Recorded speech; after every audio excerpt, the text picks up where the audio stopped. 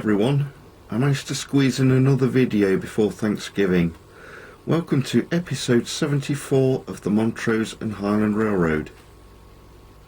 In this episode we celebrate autumn, my favourite season, as the Montrose and Highland ran a special autumn leaves train for its board of directors over the layout. We'll see it heading over the layout between South Pine and Distoria behind one of their locomotives in this video. Also, we'll take a look at an area I've been developing scenically, including the new McDonald's and Tiziano's German Ice Cafe. We'll also show some more videos of when I went down to see Lackey's Sandy Creek Norfolk Southern Day. I showed some of the day's trains in episode 73, so we'll finish this off in this episode. Talking of Lackey, I have a bit of a tale to tell. I want to thank my friend for the latest locomotive arrival on the layout, which is Norfolk Southern SD70 ACE number 1001. The loco was purchased by Lackey from eBay, and when it arrived it didn't run very well at all. I understand he contacted the seller, who didn't want to know. So I offered to take a look. I've got a large fleet of Aces in my collection and I thought it would be a quick job to fix it, but that wasn't the case at all. The loco struggled to even move. I've carried out a lot of investigations on the loco, and it turns out that both the trucks were damaged in it. My 1065 Savannah and Atlanta Heritage unit donated its trucks to 1001 and I returned it to Lackey. When he received it back, it was still not running well. He ordered 2 new trucks from a local store which had some Cato spares in stock and returned the loco to me with the new trucks for me to carry on repairs. When 1001 arrived back with me for the second time, I could see he wasn't kidding when he said it was still not running. Even the new trucks did not work well with the loco. After much work, and to cut a long story short, 1001 carried one of the new trucks and still carries one of 1065's trucks. In turn, 1065 has got one of its old trucks back and has one of the new ones. Not only that, I discovered that the decoder was not sitting on top of the motor properly in 1001, and I had to use a shim of plastic under the decoder and use solder on top of the decoder to get a good firm connection. Finally, 1001 and 1065 were good to go back into traffic again. But by now Lackey had lost patience with 1001. He had bought a new SD70 Ace number 1030, and guess what? He was having trouble with it. You couldn't make it up, could you? He sent it to me, and armed with the experience of 1001's repair, I put a shim under the decoder. And brilliant, it worked. So I returned it back to him. Lackey was grateful and said I could keep 1001 as a gift because it had caused us both so much grief.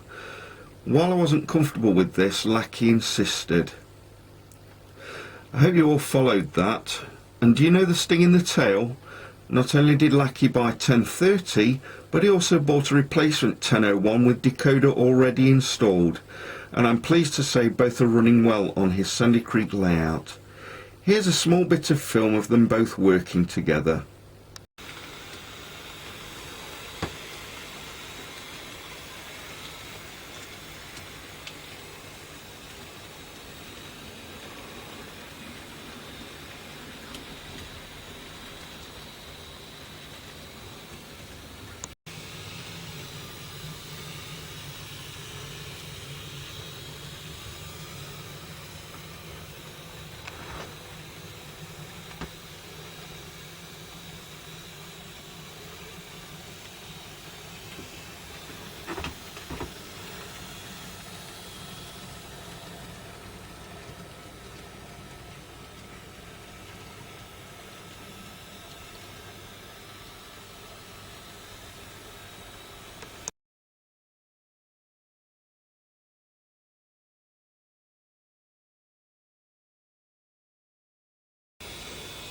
So you'll have noticed that it seems that I've actually got to the bottom of running 2 locos in consist. Well, that's not strictly true.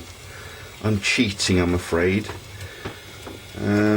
Last year I changed the layout so it could run in a loop, and that gives me quite a lot of scope to do consisting now. As you can see, 1065 is running around quite happily, but it's running nose first. That's wrong, surely, but it's how I actually do consisting, because you see, eventually it will catch up with the other loco that it's going to be consisting with, which is 1001.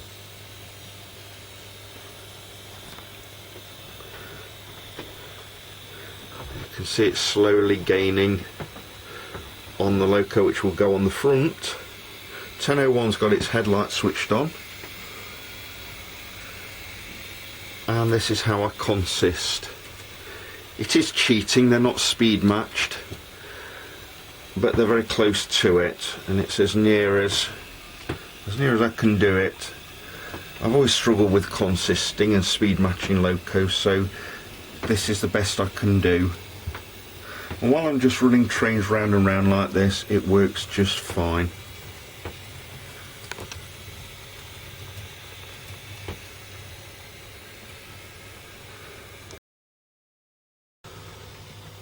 Now I've gained more interest in my layout again, I'm going to start getting more into operations, and I've redone my car cards. They're nothing special, they don't look pretty, but there is a car card for every boxcar, tanker, gondola, hopper on the layout, and I'll eventually do loco cards as well, and also train top sheet cards.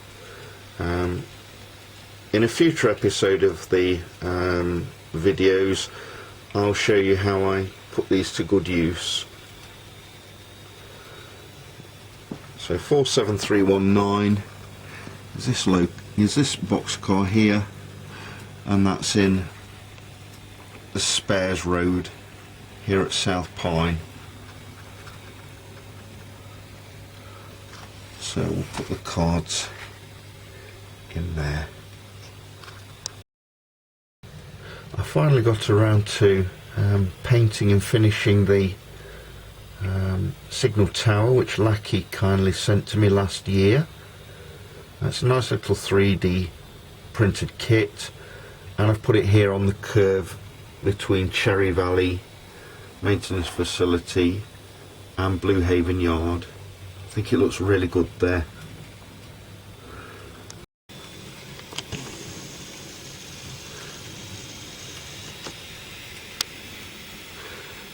With the train still going around in the background, you can see another new bit of scenery that I've done,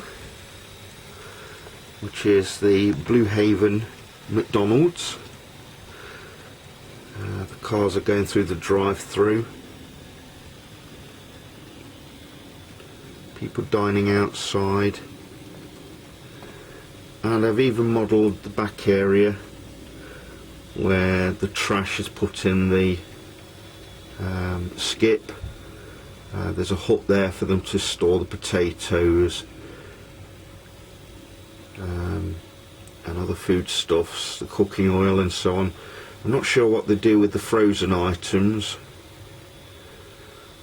Hopefully that little hut is refrigerated, but it doesn't look refrigerated. Anyway, I'm sure they managed somehow.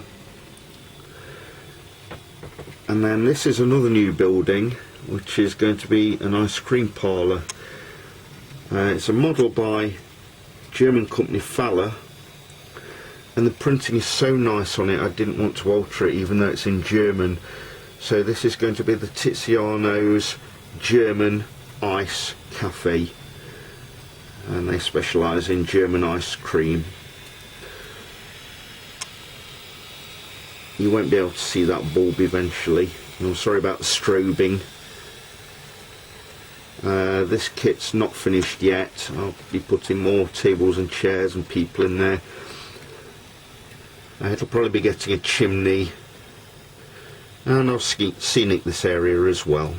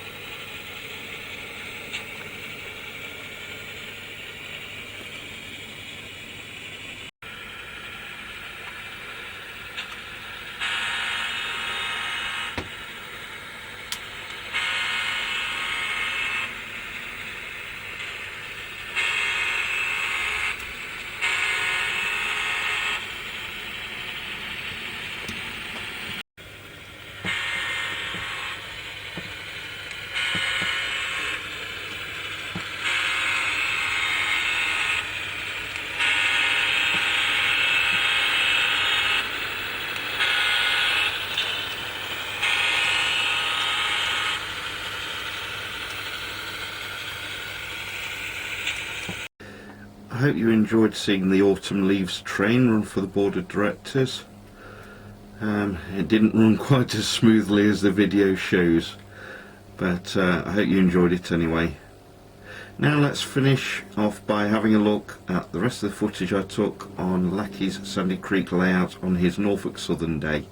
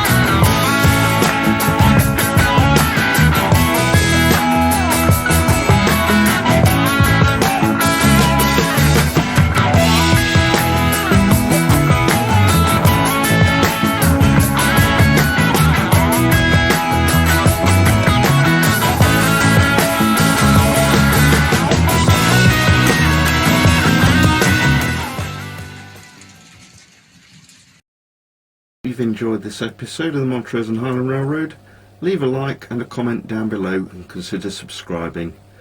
Go and play trains. We are into model railroad season, and consider what you're having for Christmas. Thanks for watching, and I'll see you just before Thanksgiving. Bye for now.